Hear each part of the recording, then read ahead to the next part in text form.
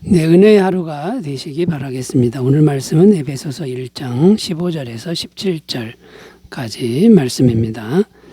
이로 말미암아 주 예수 안에서 너희 믿음과 모든 성도를 향한 사랑을 나도 듣고 내가 기도할 때에 기억하며 너희로 말미암아 감사하기를 그치지 아니하고 우리 주 예수 그리스도의 하나님 영광의 아버지께서 지혜와 계시의 영을 너희에게 주사 하나님을 알게 하시고. 아멘. 오늘 본문 말씀은 바울이 에베소 교회를 위해 기도하는 내용입니다. 19절까지가 기도 내용인데 두 부분으로 나누어서 오늘은 17절까지만 살펴보며 말씀의 은혜를 나누겠습니다. 그런데 16절에 보면 그치지 아니하고 라고 말씀하고 있는데 바울은 교회를 위해 에베소 교회를 위해 기도를 그치지 않고 하고 있다는 말씀입니다. 이것은 무엇을 의미하는 것일까요? 그만큼 기도 자체가 중요하다는 것을 말씀하고 있고 또 교회와 기도의 관계는 정말 불가분의 관계가 있음을 말씀하고 있다는 것입니다. 그래서 오늘은 말씀의 주제를 교회를 위한 기도가 왜 중요한가, 교회를 위해서 또 어떻게 기도해야 하는가 이렇게 설정하고 말씀의 은혜를 함께 나누도록 하겠습니다. 첫 번째는요, 교회 안에 살아있는 믿음과 아가페 사랑을 계속 공급하여 주시기를 기도해야 한다라는 것입니다. 교회를 위해 기도할 때 교회 안에 살아있는 믿음과 아가페 사랑을 계속 공급하여 주시기를 기도해야 한다라는 것입니다. 15절 읽습니다. 이로 말미암아 주 예수 안에서 너희 믿음과 모든 성도를 향한 사랑을 나도 듣고.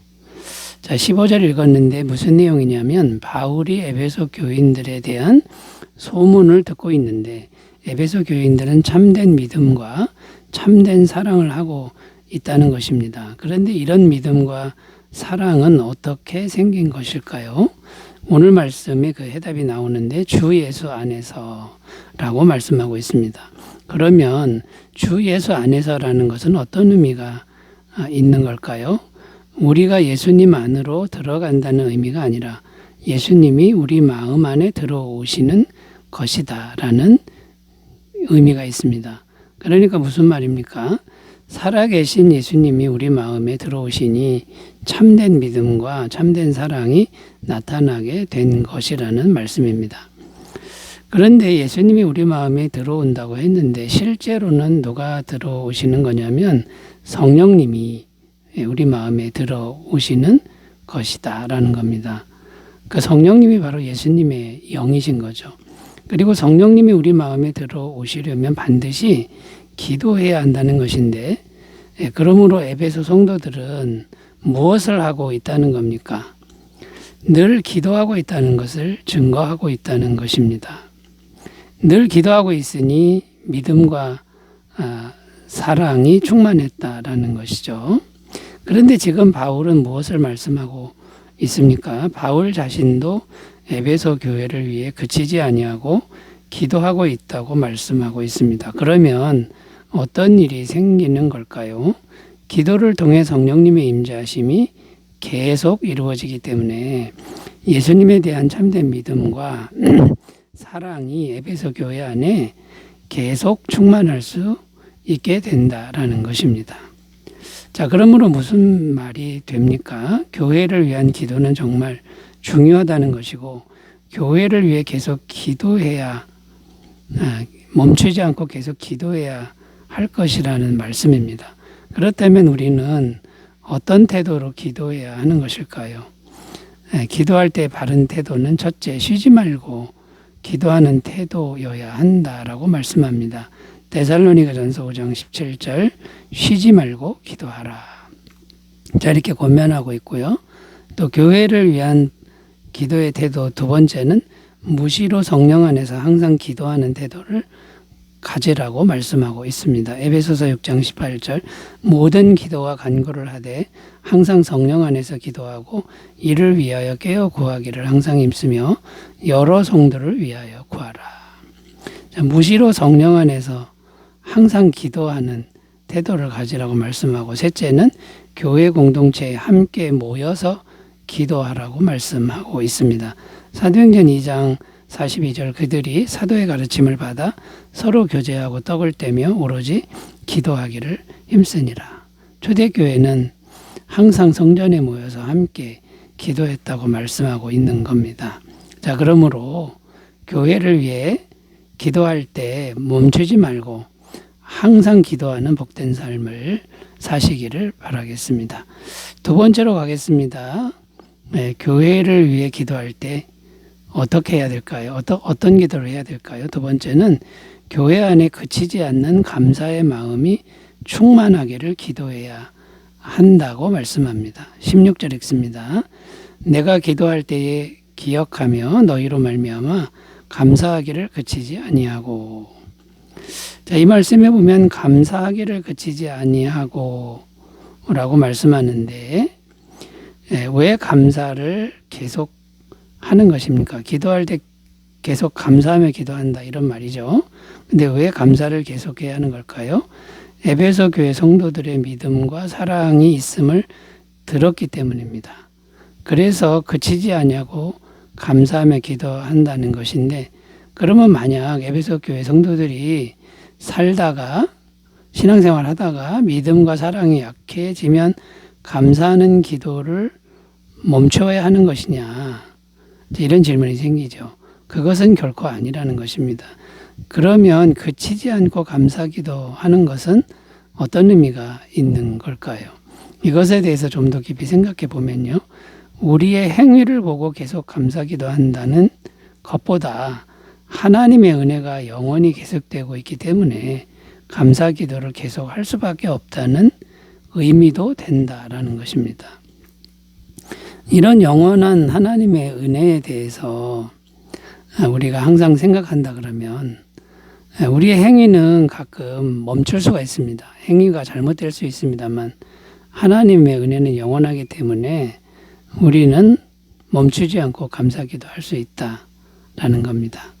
자, 그러면 영원한 하나님의 은혜에 대해서 우리가 좀 더 생각해 보면요, 어떤 것들이 하나님의 영원한 은혜가 되는 걸까요? 첫째는 무엇보다 부족하지만 예수님을 영접하여 하나님의 자녀로 거듭나게 된 것을 계속 감사할 수 있다라는 겁니다.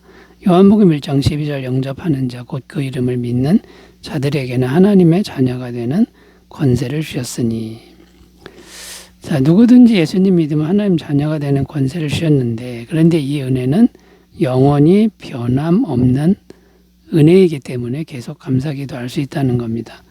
둘째는 앞으로의 희망을 담은 기도라는 것인데, 지금은 에베소 교인들이 여러 가지로 부족하지만 앞으로 하나님이 아름답게 만드실 것을 믿고 믿음으로 계속 감사기도 한다는 겁니다. 베드로전서 5장 10절 모든 은혜의 하나님과 그리스도 안에서 너희를 부르사 자기의 영원한 영광에 들어가게 하시니가 잠깐 고난을 당한 너희를 친히 온전하게 하시며 굳건하게 하시며 강하게 하시며 더를 견고하게 하시리라.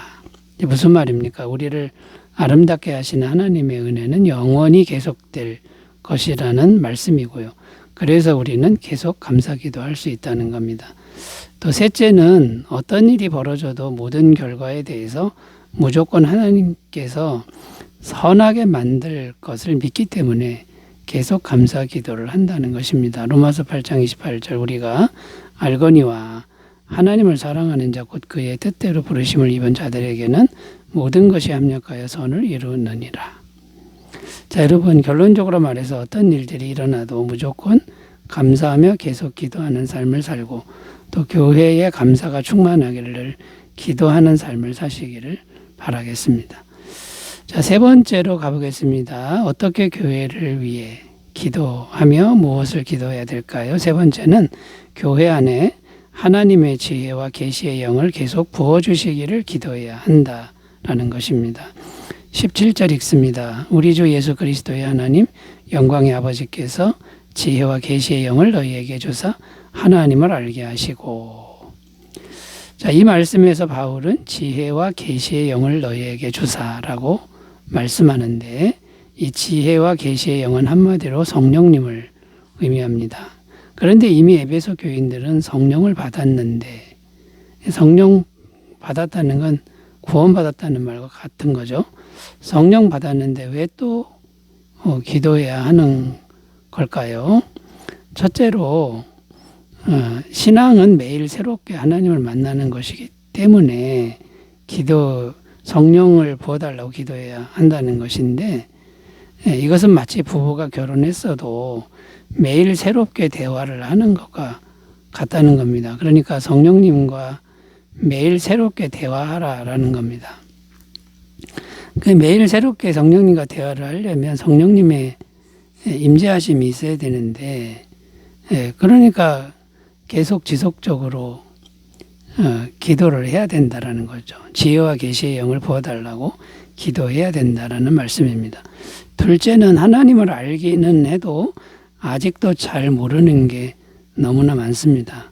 그런데 지혜와 계시의 영을, 그 성령님을 계속 부어달라고 기도하면 더 깊이 하나님을 알아갈 수 있다라는 겁니다. 고린도전서 2장 10절, 오직 하나님이 성령으로 이것을 우리에게 보이셨으니 성령은 모든 것 곧 하나님의 깊은 것까지도 통달하시느니라.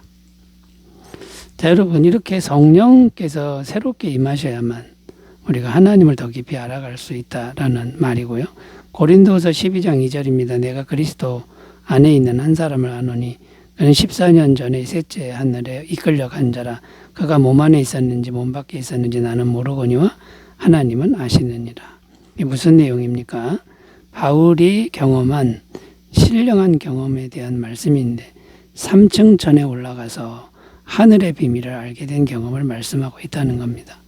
그런데 이런 경험은 어떻게 얻을 수 있습니까? 역시 성령님의 임재하심이 깊어질 때 가능하다라는 겁니다. 결국 바울의 기도는 어떤 것입니까? 한마디로 성령님의 임재가 더욱 깊어지기를 구하는 기도라는 것이고요. 그러므로 우리도 늘 이런 기도를 통하여 항상 지혜와 계시의 영으로 충만하시기를 바라겠습니다. 기도하겠습니다. 자, 하나님 아버지, 우리가 교회를 위해 항상 멈추지 않고 기도하는 그런 사람들 되게 하여 주옵소서. 예수님의 이름으로 기도드립니다. 아멘. 좋은 하루 되시기 바라겠습니다. 감사합니다.